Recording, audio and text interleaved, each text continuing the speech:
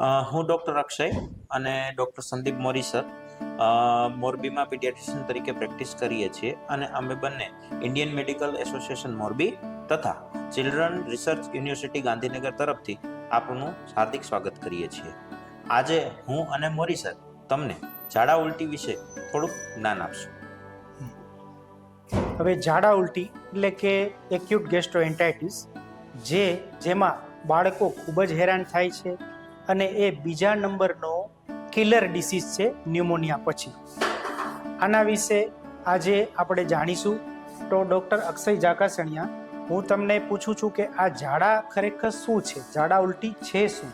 કેવી રીતે થાય છે? તો ઝાડા એટલે કે જ્યારે બાળકની નોર્મલ પેટર્ન હોય એમાં પેટર્ન ચેન્જ થઈ અને એની ફ્રીક્વન્સી અને એની કન્સિસ્ટન્સી એટલે કે ઝાડાનું મતલબ વધારે પ્રમાણમાં ઝાડા કરવા અને પતલા ઝાડા કરવા એ બાળકને ઝાડા કહી શકાય. ઝાડા અને ઉલટી બંને સાથે થાય છે કે કોઈકને ખાલી ઉલટી થઈને પછી મટી જાય, કોઈને ખાલી ઝાડા થઈને પછી મટી જાય, કોઈને ભેગું પેટમાં દુખે? તો બાળકમાં જે ઝાડા ઉલટી થાય છે એ બંને એકસાથે થાય એવું જરૂરી નથી હોતું. ઘણી વખત બાળકને ઉલટી થઈ અને એ મટી જતી હોય છે અથવા તો ઉલટી બીજા કોઈ કારણોસર થતા હોય છે જેમાં ઝાડાનું પ્રમાણ સાથે નથી હોતું, જેમ કે મગજનો ચેપ, પેશાબમાં રસી થવી, લીવર ઉપર સોજો આવવો, સાદો કમળો, એ બધામાં ખાલી ફક્ત ને ફક્ત ઉલટી જ થાય છે, ઝાડા થતા નથી. બરોબર? તો આ ઝાડા ઉલટી ખરેખર શેનાથી થાય છે? કેવી રીતે ફેલાય છે? તો બાળકમાં જે ઝાડા ઉલટી થાય છે એ વધારે પ્રમાણમાં ઇન્ફેક્શનના કારણે થતા હોય છે, જે ઇન્ફેક્શનમાં બેક્ટેરિયા, વાયરસ અને પેરાસાઇટ નામના જંતુનો સમાવેશ થાય છે. આ જે ઇન્ફેક્શનથી થતા ઝાડા ઉલટી છે એ ગંદકીના કારણે ફેલાય છે, દૂષિત પાણી પીવાથી થાય છે, હાથ કે આંગળા છે એના નખમાં મેલ ભરેલો હોય, આંગળા ખરાબ હોય તો એ હાથથી જમવાથી થાય છે, અથવા તો ઘરમાં જે કોઈ પણ ખોરાકની વસ્તુ છે એમાં દૂષિત વસ્તુ ભેળસેળ થવાથી થતા હોઈએ છે. માખીથી પણ આ ઝાડા ફેલાઈ શકે છે. તો ડૉક્ટર અક્ષય, શું આ ઝાડા ખાલી ઇન્ફેક્શનથી એટલે કે માઇક્રો ઓર્ગેનિઝમથી જ થાય છે કે એના બીજા પણ કોઈ કારણો હોય છે બાળકોમાં? ઝાડા ઉલટી છે એ હંમેશા ઇન્ફેક્શનથી થાય એવું જરૂરી નથી હોતું. ઘણી વખત કોઈ એવી બીમારી હોય છે કે જેનાથી પણ ઝાડા થઈ શકે, જેમ કે લેક્ટોઝનું પાચન ન થતું, લેક્ટોઝ ઇન્ટોલરન્સ, આઈબીડી છે કે ઇન્ફ્લામેટરી બાઉલ ડિસીઝ છે કે જે આંતર ઉપરનો શરીરના અંદરના કારણોથી સોજો આવે છે તે, ઇન્ટ્યુસેપ્શન, બાળકમાં ઘણી વખત પાચન શક્તિની ખામી અથવા તો ઉણપ હોય કે માલએબ્સોર્પ્શન સિન્ડ્રોમ અમારી ભાષામાં કહેવાય, તેનાથી પણ થઈ શકે છે, અથવા તો ફૂડ પોઈઝનથી પણ થઈ શકે છે. તો મોરી સાહેબ, હું તમને એમ પૂછું છું કે જો કોઈ પણ બાળકને દાંત આવવાના કારણે ઝાડા થઈ શકે? જો દાંત આવવું એ અલગ પ્રક્રિયા છે. ઝાડા છે એ મોટા ભાગે જે આપણે બે કારણો જોયા એમાં 99% ઝાડા ઇન્ફેક્શનના લીધે જ હોય છે. એ ઇન્ફેક્શન દાંત આવે ત્યારે પણ લાગી શકે, દાંત ના આવે ત્યારે પણ લાગી શકે. જે જનરલી છોકરું મોઢામાં હાથ ક્યારે નાખે કે દાંત આવવાનો હોય ત્યારે મોઢામાં હાથ નાખે. મોઢામાં હાથ સપાટી ઉપર, કોઈ ગંદી સપાટી, સારી સપાટી, ગમે ત્યાં હાથ અડાડી અને પછી મોઢામાં નાખે તો વાયરસ કે બેક્ટેરિયા પેટમાં જવાના છે અને ઇન્ફેક્શન કરે એટલે ઝાડા ઉલટી થાય. પણ ખરેખર દાંતને ઝાડા હારે કોઈ સંબંધ નથી, દાંતને શરદી હારે પણ કોઈ સંબંધ નથી, અને દાંતને તાવને અને દાંતને 1% પણ સંબંધ નથી. મોરી સર, મારે તમને એક વસ્તુ પૂછવી છે કે જે જન્મેલા બાળકો છે એ ફીડિંગ આપ્યા પછી તરત ને તરત સ્ટૂલ પાસ કરે છે એટલે કે પોટી કરે છે, તો એક ઝાડા ઉલટીનો પ્રકાર કહી શકાય તેને? જન્મ પછી બચ્ચા આવી રીતે ઝાડા કરે, જે ફીડિંગ લઈને તરત સ્ટૂલ પાસ કરે, એને ગેસ્ટ્રો ઇન્ટેસ્ટિનલ રિફ્લેક્સ કહેવાય છે, જેમાં ફીડિંગ કરીને બહાર તરત ઝાડા જાય છે. પણ એ બીમારીના ઝાડા હોતા નથી, એક રિફ્લેક્સ છે, એક આદત છે, એ કોઈ જ બીમારી નથી. એમાં બાળકનું વજન સરસ વધે છે, બાળક ઊંઘ બરાબર કરે છે, બાળકનું ડેવલપમેન્ટ પણ સારું હોય છે અને બાળક બીમાર હોતું નથી, એક્ટિવ હોય છે. બીજું, કોઈ બાળક 10-15 દિવસનું થાય ત્યાંથી માંડીને 6 મહિના સુધી માત્ર માતાના ધાવણ ઉપર હોય અને જો બાળક એક દિવસમાં 25-30 વાર સંડાસ કરે, કેવું તો કે છોતા જેવું, ફોદા જેવું, ધાણીદારિયા જેવું, વટાણાના દાણા જેવું, પાણીની પિચકારી જેવું, ફીણ જેવું, તો આવા બધા જે સંડાસ છે એ બહુ વેરિયેબલ છે અને આ એની એક આદત છે, આ બીમારી નથી. આ અલગ અલગ સંડાસ છે એ વેરિયેબલ છે, એને ધાવણના ઝાડા કહેવાય. એ કોઈ બીમારી નથી. આ ઝાડા હોય ત્યારે બાળકનું વજન સરસ વધે, ઊંઘ બરાબર કરે અને એને કંઈ બીમારી હોતી નથી, એક્ટિવ હોય છે, એલર્ટ હોય છે. એટલે આમાં કોઈ સારવાર કરવાની જરૂર નથી. મોરી સર, મારે તમને એક વસ્તુ એ પૂછવી છે કે બાળકને જ્યારે નાનું બાળક હોય ત્યારે એને આપણે ફીડિંગ આપ્યા પછી તરત ને તરત દહીંના ફોદા જેવી ઉલટી કરે છે, તો શું આ એ પણ એક ઝાડા ઉલટીનો પ્રકાર કહી શકાય? જો જન્મ પછી પહેલા 2-3 દિવસમાં જો ઉલટી થાય તો એ ઇન્ફેક્શનની પણ હોઈ શકે અને બીજી કોઈ પણ ન્યૂબોર્નને તકલીફ હોય તો થઈ શકે. પણ જો ઉલટી અઠવાડિયા 10 દિવસ પછી કે 2-3 અઠવાડિયા પછી ઉલટી કરે અને 1 વર્ષ સુધી ફીડિંગ લઈને કે થોડું ખાવાનું ખાઈને ધાવણ પી અને કાઢે, આપણે કોઈ કે ગળે છે, કોઈ કે ભળે છે, દહીં જેવું કાઢે, દૂધ જેવું કાઢે, છાશ જેવું કાઢે, આસ જેવું કાઢે, આ બધું એક ગેસ્ટ્રોઇસોફેજિયલ રિફ્લેક્સ કહેવાય, જે ફિઝિયોલોજિકલ હોય છે. જે અન્નળી અને જઠર આ વચ્ચેનો વાલ હોય એ પહેલા વર્ષમાં, ખાસ કરીને પહેલા 6 મહિનામાં ઢીલો હોય છે, જેના લીધે થાય છે. આમાં પણ બાળકનું વજન સરસ વધે છે અને બાળક તંદુરસ્ત હોય છે. આ કોઈ બીમારી નથી. આને ઝાડા કે ઉલટી એકેય ગણતરીમાં લેવાનું નથી. મોરી સાહેબ, મારે તમને હજી એક વિશેષ એ પૂછવાનું છે કે જે મોટા વ્યક્તિઓ એટલે કે મોટી ઉંમરના વ્યક્તિઓમાં ઝાડા ઉલટી થાય છે અને નાના બાળકમાં ઝાડા ઉલટી થાય છે, એમાં શું તફાવત હોય છે? શું એ ઝાડા ઉલટી છે એ બાળકોમાં થાય છે એ વધારે ગંભીર હોય છે? મોટામાં ઝાડા ઉલટી થાય છે તો એ મોટે ભાગે બેક્ટેરિયાનો મરડો હોય છે, જેમાં બહુ ડિહાઇડ્રેશન નથી થતું. 1-2 ઇન્જેક્શન કે 1-2 બાટલામાં જે સાજા થઈ જતા હોય છે, એમની ઇમ્યુન સિસ્ટમ બહુ સારી ડેવલપ થઈ ગયેલી હોય છે, એટલે એમાં આ બહુ હેરાન કરતું નથી અને જાનનું જોખમ ખાસ હોતું નથી. પણ બાળકોમાં એક ઇમ્યુન સિસ્ટમ હજી ડેવલપ થતી હોય છે, એટલે એમની રોગપ્રતિકારક શક્તિ કમ્પેરેટિવલી ઘણી ઓછી હોય છે, જે ધીમે ધીમે વાયરસ, બેક્ટેરિયાના નાના ઇન્ફેક્શન થાય અને ધીમે ધીમે ઉંમર વધે એમ ઇન્ફેક્શન ઓછા થતા જાય, એમ એની રોગપ્રતિકારક શક્તિ ડેવલપ થાય છે. એટલે શરૂઆતમાં 2-3 એપિસોડ થોડાક વધારે સિવિયર હોય છે, એટલે એમાં ડિહાઇડ્રેશન જલ્દી થાય, લાંબા ચાલે અને એમાં કોમ્પ્લિકેશન થવાની શક્યતા વધારે હોય છે. અને બીજું કે એડલ્ટ મોટા વ્યક્તિના પ્રમાણમાં બાળકોમાં પાણીનું પ્રમાણ વધારે હોય છે, એટલે પાણી ખલાસ પણ જલ્દી થઈ જાય છે, ડિહાઇડ્રેશન બહુ જલ્દી થાય છે. તો ડૉક્ટર અક્ષય સાહેબ, આ ઝાડા ઉલટી થાય તો ડૉક્ટરને બતાવવું જરૂરી છે કે ઘરે દવા કરી શકાય? હા, તો જ્યારે પણ તમારા બાળકને ઝાડા ઉલટી થાય ત્યારે એ ઝાડા ઉલટી છે એ આપણે કયા કારણોથી થયા છે? ઇન્ફેક્શનના કારણે થયા છે કે ઇન્ફેક્શન વગર થયા છે? ઇન્ફેક્શનના કારણે થયા છે તો એ કયા જંતુનું ઇન્ફેક્શન છે? બીજું કે તમારા બાળકમાં પાણીની ઘટ છે કે નહીં, ડિહાઇડ્રેટ થયું છે કે નહીં, અથવા તો તમારા બાળકને ઓરલ મેડિકેશનથી એટલે કે મોંથી આપતી દવાથી સારું થઈ જાય કે બોટલ ચડાવવાની જરૂર છે? તો આ બધી માટે તમારા બાળકને ડૉક્ટરને બતાવવું જરૂરી છે. તો ડૉક્ટર અક્ષય સાહેબ, બીજું આ ઝાડા માટે તમે સારવાર શું કરશો? કેના માટે ઝાડામાં દવા આપશો? તો આપણે જે બાળકને ઝાડા ઉલટી થાય છે, તો જો એ ઇન્ફેક્શનથી થયું હોય તો એના ઇન્ફેક્શનની સારવાર કરવાની થાય. બીજું કે આપણા શરીરમાં ઝાડા ઉલટીના કારણે જે પાણીની ઘટ પડી છે, તો એ આપણે જે પાણીની ઘટ પડેલી છે એ પાણીની ઘટને કેવી રીતે પૂર્તિ કરવી, આ 2 વસ્તુની સારવાર આપણે ઝાડા ઉલટીમાં કરવાની થાય.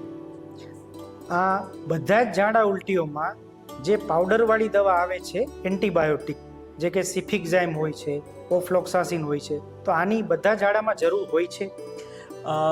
જો જે પણ ઝાડા ઇન્ફેક્શનથી થાય છે અને જે ઝાડામાં વાસ આવે, લોહી પડે, તો એ ઝાડામાં પાવડરવાળી દવાની જરૂર હોય છે. જે ઝાડા ઇન્ફેક્શન વગરના હોય છે અથવા તો જે પણ ઝાડા વાયરસથી થતા હોય છે, એ ઝાડામાં આપણે પાવડરવાળી એટલે કે એન્ટીબાયોટિક્સ આપવાની જરૂરિયાત રહેતી નથી. ખાસ કરીને જે બાળકોમાં ઝાડા ખૂબ જ વાસ મારતા હોય, ઝાડામાં લોહી આવતું હોય, ઝાડામાં ખૂબ જ તાવ આવતો હોય, બચ્ચું બહુ જ ઢીલું પડી જતું હોય, તો એવા સંજોગોમાં એન્ટીબાયોટિકની ખાસ જરૂર પડતી હોય છે. તો અક્ષય સાહેબ, મારો બીજો તમને એ સવાલ છે કે આ ડૉક્ટરો દર વખતે ઝીંકની સિરપ લખી દે છે, પણ હવે કોઈ 2 દિવસ આપે, કોઈ 5 દિવસ આપે, કોઈ 10 દિવસ આપે. આ ડૉક્ટરો 14 દિવસ કે 20 દિવસ ઝીંકની સિરપ લખી દે છે, તો એનું મહત્વ શું છે? ઝાડામાં ઝીંક ખરેખર આપવું જોઈએ? શેના માટે? એ ખરેખર કામ શું કરે છે? તો ઝીંક છે એ એક પ્રકારનું માઇક્રોન્યુટ્રિયન્ટ્સ છે કે જે આપણા શરીરને હીલિંગ કેપેસિટી માટે ખાસ અગત્યનું હોય છે. જ્યારે બાળકને ઝાડા ઉલટી થાય છે ત્યારે તેના આંતર એટલે કે ઇન્ટેસ્ટાઇનમાં છાલા પડે છે અને એ છાલાને રૂજ આવવા માટે જે મહત્વનું તત્વ હોય છે જે ઝીંક હોય છે, જે આપણા શરીરની ઇમ્યુનિટી વધારે છે અને બીજા ચેપ સામે પણ રક્ષણ આપતું હોય છે. જેથી કરીને જે ઝાડામાં જે ઝીંકની ખામી સર્જાય અથવા તો જે છાલા પડ્યા છે તેને રૂજ આવવા માટે આપણે ઝીંક છે એ ફરજિયાત આપવું જરૂરી હોય છે. અને ઝીંક આપણે એક વખત આપીએ ત્યારે આપણે એને ઝાડામાં 14 દિવસ કમ્પલસરી પૂરું કરવાનું હોય છે, જેથી કરીને તમારા બાળકને નજીકના ભવિષ્યમાં બીજી વખત ઝાડા ઉલટી ના થાય. આ ઝીંક કદાચ કોઈ સંજોગોમાં બાકી રહી જાય તો 14 દિવસની બદલે 20 દિવસ 25 દિવસમાં પૂરું કરી દેવું વધારે હિતાવહ છે. આ વાત થઈ ઝીંકની. તો હવે આ બધા ડોક્ટરો લખી દે છે ORS, પણ પેરેન્ટ્સ પીવડાવતા નથી ORS. તો સાહેબ આ ORS કેટલું અગત્યનું છે, શું કામ આપવું જોઈએ, એની પાછળનું લોજિક શું છે એ સમજાવો. તો મોરી સાહેબે આપણને સરસ સવાલ પૂછ્યો છે કે ORS છે શું. તો અત્યારે જે માર્કેટમાં ORS જે પાવડર ફોર્મમાં આવે છે એ 2 પેકેટના પ્રકારમાં આવે છે. એક નાનું પેકેટ આવે છે જે 1 ગ્લાસ પાણીમાં ઓગાળીને આપવાનું હોય છે, જે મોટું પેકેટ હોય છે એ 1 લીટર બોટલમાં નાખીને આપવાનું હોય છે. એક વખત બનાવ્યા પછી જે તમારે 24 કલાક સુધી રાખી શકાય છે અને 24 કલાક પછી એને ફેંકી દેવાનું હોય છે અને નવું બનાવવાનું હોય છે. હવે ORSમાં કમ્પોઝિશન એટલે કે શું શું અંદર આવે છે, તો કે ORSની અંદર આપણે ક્ષાર, ગ્લુકોઝ અને પાણીમાં નાખીને બનાવીએ છીએ એટલે પાણી, બરોબર. તો આ આપણે એના ચોક્કસ પ્રમાણમાં વ્યવસ્થિત સાંદ્રતા રાખીને બનાવેલું છે. એ શું કામ એવી રીતે આ 3 વસ્તુ આપણે ભેગી કર્યા છે, તો કે આપણા શરીરની રચના પ્રમાણે આંતરની અંદર આ ક્ષાર, ગ્લુકોઝ અને પાણી સાથે હોય તો જ એમનું શોષણ પૂરતા પ્રમાણમાં થતું હોય છે. એટલે આપણે જે ડાયરિયામાં ઝાડા ઉલટીમાં જે ORS આપીએ છીએ એ આપણા શરીરમાં ક્ષાર અને પાણીની ઘટને પહોંચી વળવા માટે બનાવેલું છે. જો તમે વ્યવસ્થિત સરખી રીતે ORS આપો તો તમારું બાળક છે એ ડિહાઇડ્રેશનથી બચી શકાય. હવે કોઈ વાલીને એવો પ્રશ્ન થતો હોય છે કે અમારું બાળક છે એ જે પ્રીફોર્મ્ડ ORS આવે છે એ નથી પીતું, તો એ બાળકને આપણે ઘરે ORS બનાવી શકાય. જે ઘરનું ORS કેવી રીતે બનાવવું, તો કે ચપટી મીઠું લઈ, 1 ચમચી ખાંડ લઈ અને લીંબુની ફાડ નાખી અને લીંબુ શરબત બનાવી અને એને છે એ જેટલી વખત ઝાડા કરે એટલી વખત એને ઝાડા ટાઈમે આપવું, જેથી કરીને ઝાડામાં જે પાણીનો બગાડ નીકળ્યો છે એટલું પાણી રિપ્લેસ થઈ જાય. અને એની સાથે અલ્ટરનેટ તમે નારિયેળ પાણી પણ પીવડાવી શકો, જેથી પોટેશિયમ નામનો જે ક્ષારની જે ઉણપ સર્જાય છે એ ઉણપ ના સર્જાય. બીજું કે જે ટેટ્રા પેક કરીને ORS પ્રીફોર્મ્ડ ફોર્મ્યુલામાં આવે છે કે જે ફ્રૂટી જેવા પેકેટમાં આવતા હોય છે, તો બાળકને એ પણ આવી શકાય, જેથી કરીને શું થાય, ટેસ્ટ અનુકૂળ આવે તો બાળક તે સરળતાથી લઈ શકે. આ ORS ખૂબ જ અગત્યનું છે બીમાર વ્યક્તિઓ માટે, ઝાડાવાળા વ્યક્તિઓ માટે એક અમૃત પીણું છે. બીજી વસ્તુ છે, બીજો એક ઇમ્પોર્ટન્ટ પોઈન્ટ છે જે મારે તમને કહેવાનો છે કે ORS ગમે એવી રીતે નથી બનાવવાનું. 1 ગ્લાસ એટલે 200 ml એટલે 200 ml, 150 mlમાં 1 પેકેટ નથી નાખવાનું જે નાનું હોય છે, અને મોટું પેકેટ છે 1 લીટરમાં જ ઓગાળવાનું હોય છે. વધારે પડતું ORS જશે ને પાણી ઓછું હશે તો ડાયરિયા થશે, એટલે ORSનું જે કોન્સન્ટ્રેશન છે એ બરાબર હોવું જરૂરી છે. બીજી એક વસ્તુ છે કે ORS બાળકો નથી પીતા એ ગ્રાઉન્ડ રિયાલિટી છે, તો આવી રીતે ઘરગથ્થુ ORS, આના સિવાય દહીં, છાશ, લીંબુ શરબત, ફ્રૂટના જ્યુસ, દાળ, કઢી, આ બધી વસ્તુ પણ તમે સારી રીતે આપી શકો છો. અને ઘરના રૂટીન ખોરાક સાથે સાદું પાણી પણ આપી શકો છો. જો બાળક લઈ શકે તો આ બેસ્ટ વસ્તુ છે. ખાવા પીવાની બધી જ છૂટ છે દૂધ સિવાય. તો ડૉક્ટર અક્ષય સાહેબ, ઝાડા હોય ત્યારે શું ખાવું શું નહીં ખાવું આવું માણસો વારે વારે પૂછતા હોય છે. તો મોરી સરે પૂછ્યું એ પ્રમાણે કે જ્યારે આપણને ઝાડા ઉલટી થાય છે ને ત્યારે આપણી પાચન શક્તિ છે એ નબળી પડે છે. તો આપણે જે સુપાચ્ય ખોરાક હોય જેમ કે દાળ ભાત, ખીચડી, સાબુદાણાની ખીચડી, ફ્રૂટના જ્યુસ, નારિયેળ પાણી, એ બધું આપી શકાય. એની સાથે દહીં અને છાશ ભરપૂર પ્રમાણમાં આપવું. શું ના આપવું, તો કે જે પચવામાં ભારે છે જેમ કે ઘી, તેલમાં તળેલું, બહારના ફૂડ પેકેટ્સ અથવા તો મેંદાની વસ્તુ, આ બધું આપણે ડાયરિયા વોમિટિંગ ટાઈમે આપવું જોઈએ નહીં. તો આ ડાયરિયામાં થતું એક કોમ્પ્લિકેશન છે જેને આપણે કહીએ ડિહાઇડ્રેશન એટલે પાણી ઘટી જવું. તો એ કેવી રીતે થાય છે અને એના લક્ષણો શું હોય છે અને ડિહાઇડ્રેશન થાય તો આપણે શું કરવું જોઈએ? તો ઝાડા થાય ત્યારે આપણા શરીરમાં પાણી જ નહીં પણ પાણીની સાથે શરીરમાં રહેલા બાકીના ક્ષારની પણ ઉણપ થતી હોય છે, અને આ જે પાણી આપણા શરીરમાંથી જે ઘટી જાય છે જેના કારણે છે એ આપણા હૃદયના ફંક્શન ઉપર એટલે કે હૃદયના પમ્પિંગ કેપેસિટી ઉપર પણ અસર પડે છે. તો કે આ ડિહાઇડ્રેશન છે એના લક્ષણો શું છે? તો કે બાળક ઢીલું પડવું, આંખો અંદર જતી રહેવી, મોઢું સુકાઈ જવું, મોઢા ઉપર કરચલીઓ પડવી, હાથ પગ ઠંડા થઈ જવા, શ્વાસની પ્રક્રિયા વધી જવી એટલે કે બાળકને હાંફ ચડવો, શરીરમાં છે એ ચામડી છે એ ઢીલી પડી જાય, બરોબર. આ બધા લક્ષણો છે, પેશાબ ઓછો થઈ જવો, એ બધા લક્ષણો આપણા બાળકમાં એક પ્રકારના ડિહાઇડ્રેશનના લક્ષણો છે. તો આ આપણા બાળકને ડિહાઇડ્રેશન થાય ત્યારે બીપી ઘટી જાય, હૃદયના કારણે લોહીનું પરિભ્રમણ થતું હોય પરિભ્રમણ પણ ધીમું પડી જાય છે, જેના કારણે બાળકને ઘણી બધી તકલીફ પડે છે. જ્યારે પણ બાળકને ડિહાઇડ્રેશન થાય ત્યારે તમારે તરત જ ડૉક્ટર પાસે બતાવવા જવું અને ડૉક્ટરને જે યોગ્ય લાગે એ પ્રમાણે સારવાર લેવી. જેમ કે જે વધારે પ્રમાણમાં ડિહાઇડ્રેશન હોય તો બોટલને બાટલા ચડાવી અને જે પાણીની ઘટ છે એને પૂરી કરવી, અથવા તો જો ઓરલ ORS થી થઈ શકતું હોય તો તમારા ડૉક્ટર તમને જે સૂચવે એ પ્રમાણે આગળની સારવાર લેવાની. મોરી સર, તમે અમને એ જણાવો કે જે મોટા વ્યક્તિમાં જ્યારે ઝાડા ઉલટી થાય છે ત્યારે એ લોકો ડૉક્ટર પાસે સવાર સાંજ જઈને બોટલ ચડાવીને આવી જતા હોય છે, તો શું આપણું બાળક ડિહાઇડ્રેટ હોય તો એવી રીતે મોર્નિંગ અને ઇવનિંગમાં બોટલ ચડાવીને આવી જાય તો ચાલે કે એને દાખલ કરીને બોટલ આપવી પડે? આઈડિયલી તો ડિહાઇડ્રેશન કન્ડિશનમાં 1-2 દિવસ દાખલ જ કરવું જોઈએ, જ્યાં સુધી બાળક એકદમ સ્ટેબલ ના થાય, મોઢેથી ખાવા પીવા ના મળે અને બરાબર પેશાબ ના કરે ત્યાં સુધી એને દાખલ જ કરવું પડે. પણ અત્યારે હવે બહુ દાખલનો રેશિયો ઘટી ગયો છે અને ભગવાનની દયાથી રોટાવાયરસ વેક્સિનથી ઝાડાના પ્રમાણ જે સિવિયર ડાયરિયા અને પ્રોલોંગ એટલે કે લાંબા ડાયરિયા ચાલતા હતા એ ઘટી ગયા છે. એટલે અત્યારના ડિહાઇડ્રેશન તોય થોડા માપમાં હોય છે.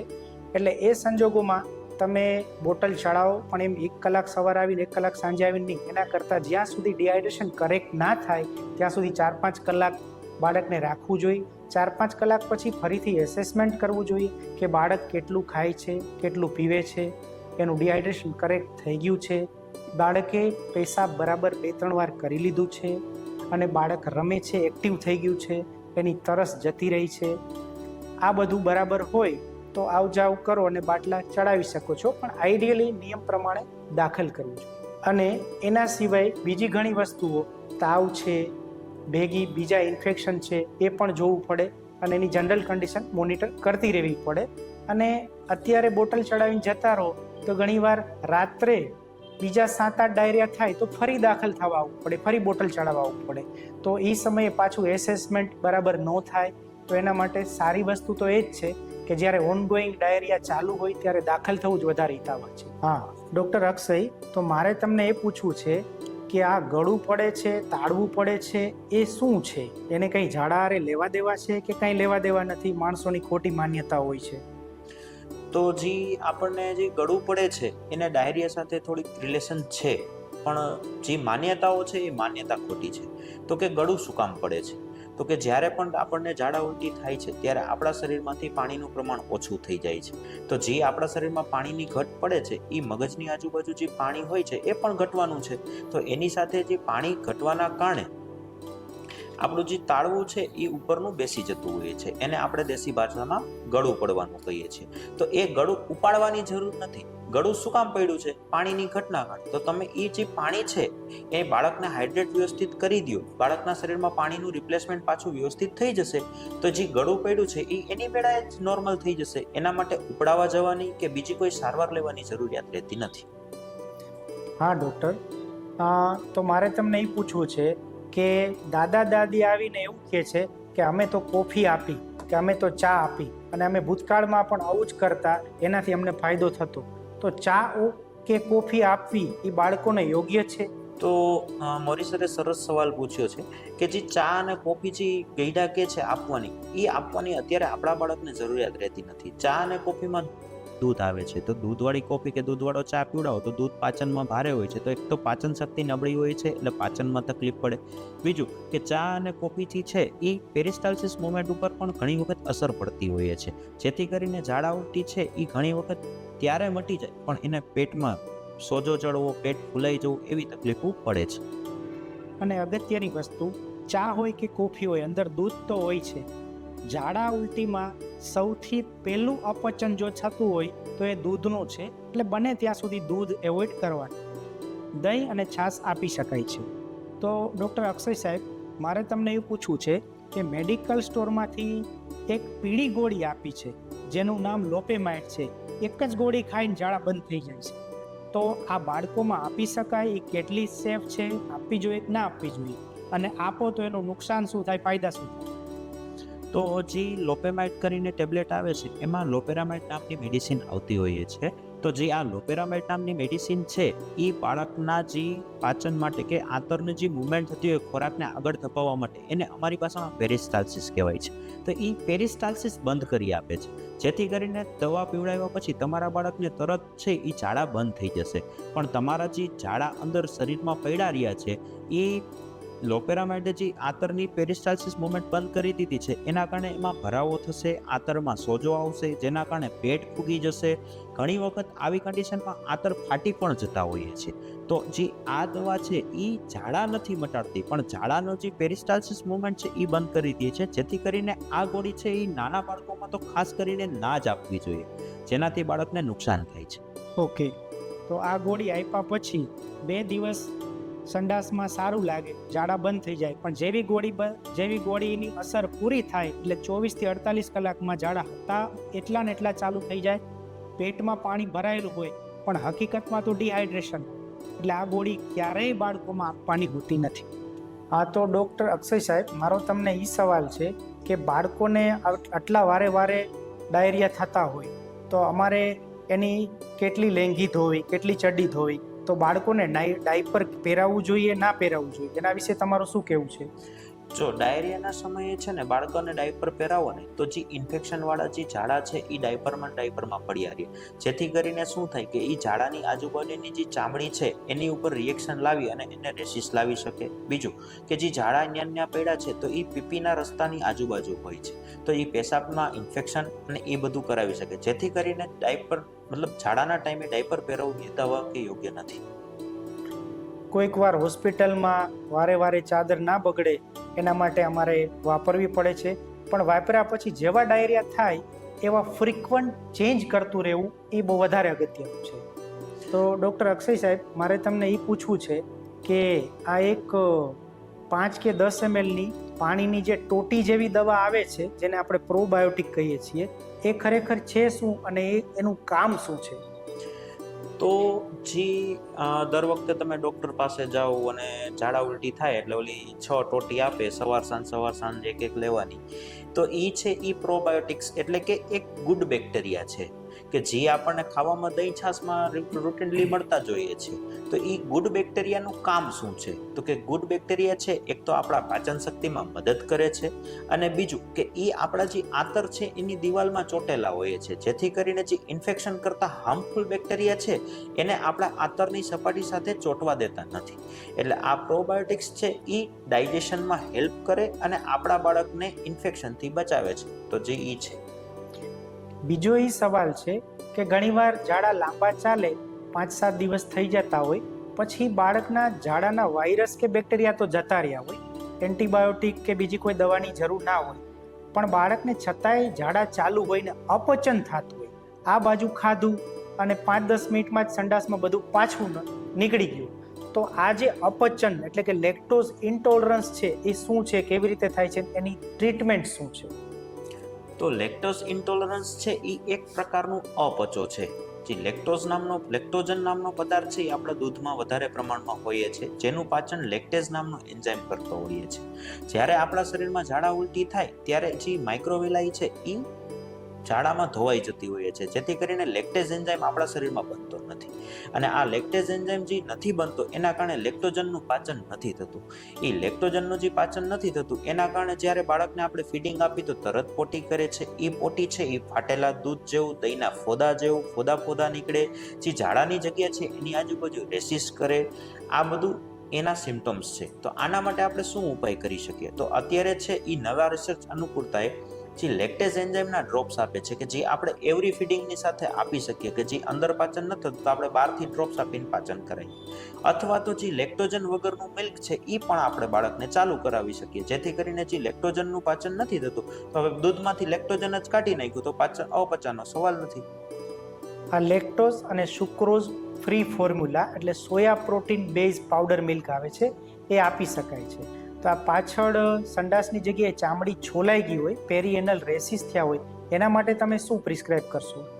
તો પેરીએનલ રેસિસ જે થયા છે એના માટે પહેલા તો ડાયપર અવોઇડ કરવાનું કે જે ત્યાં કન્ટિન્યુઅસલી જે લેક્ટોઝ મતલબ પાચન થયા વગરનું જે સુક્રોઝ પડ્યું છે જે બીજી વખત લાલાશ ના કરે. બીજું, જેટલી વખત બાળક સ્ટૂલ પાસ કરે એટલી વખત એને પાણીથી વ્યવસ્થિત સાફ કરી અને ઝિંક ઓક્સાઇડ નામની જે ટ્યુબ આવે છે એ ટ્યુબ લગાડવાથી એ રેસિસ જતા રહેશે. તો ડૉક્ટર અક્ષય, તો આ ઝાડા ઉલટી વિશે ડિટેલમાં વાત થઈ, તો આ ઝાડા ઉલટી અટકાવવા માટે શું કરવું? ઝાડા ઉલટી થવા ના દેવા માટે, અથવા એવું તો નથી કે નહીં જ થાય પણ મિનિમમ થાય એના માટે શું કરવું, કયા પગલાં લેવા? તો આપણા જ સમાજમાં જે પ્રચલિત કહેવત છે કે પાણી પહેલા પાળ બાંધવી, અથવા તો prevention is better than cure હંમેશા. તો આપણે પ્રિવેન્ટ કેવી રીતે કરવું? તો કે પહેલું તો કે ગંદકી તમે અવોઇડ કરશો. ગંદકી જ નહીં હોય તમારી આજુબાજુ તો ખરાબ જંતુ, ખરાબ ખોરાક કે એ તમારી પાસે નહીં આવે. તો ઘરની આજુબાજુ, ઘરમાં બધે ચોકસાઈ રાખવી. બીજું, બહારનું ખાણીપીણી અવોઇડ કરવાની. ત્રીજું, નીચે પડેલો ખોરાક છે એ બાળકના મોઢામાં ક્યારેય ના મૂકવો. ચોથું, બાળકને ખવડાવતા પહેલા તમારા હાથ વ્યવસ્થિત સાબુથી સાફ કરવા, અથવા તો ટોયલેટ જઈને આવીને સાબુથી વ્યવસ્થિત હાથ સાફ કરવા. અને પાંચમું, કે સમયસર બાળકને રોટા વાયરસની વેક્સિન મૂકવી. તો કે રોટા વાયરસની વેક્સિન શું છે? તો કે એ વાયરસથી થતા બાળકને ઝાડા ઉલટી અટકાવે છે. એ છે એ બાળકને 6મા અઠવાડિયે, 10મા અઠવાડિયે અને 14મા અઠવાડિયે અપાતી વેક્સિન છે. ગવર્મેન્ટમાં ફ્રીમાં એ વેક્સિન આપતા હોઈએ છીએ. હવે વેક્સિન કેટલી ઉપયોગી છે તો કે આપણે જે પાછળના રિસર્ચ જોઈએ એની કમ્પેરિઝનમાં અત્યારે આ જમાનામાં ઝાડા ઉલટીની સંખ્યા ઘટી છે. ઝાડા ઉલટીના કારણે જે બાળકમાં ડિહાઇડ્રેશન થતું હતું એ ડિહાઇડ્રેશનનું પ્રમાણ ઘટ્યું છે. ઝાડા ઉલટીના કારણે જે બાળકને દાખલ કરવાનું જે પ્રમાણ હતું એ પણ ઘટ્યું છે.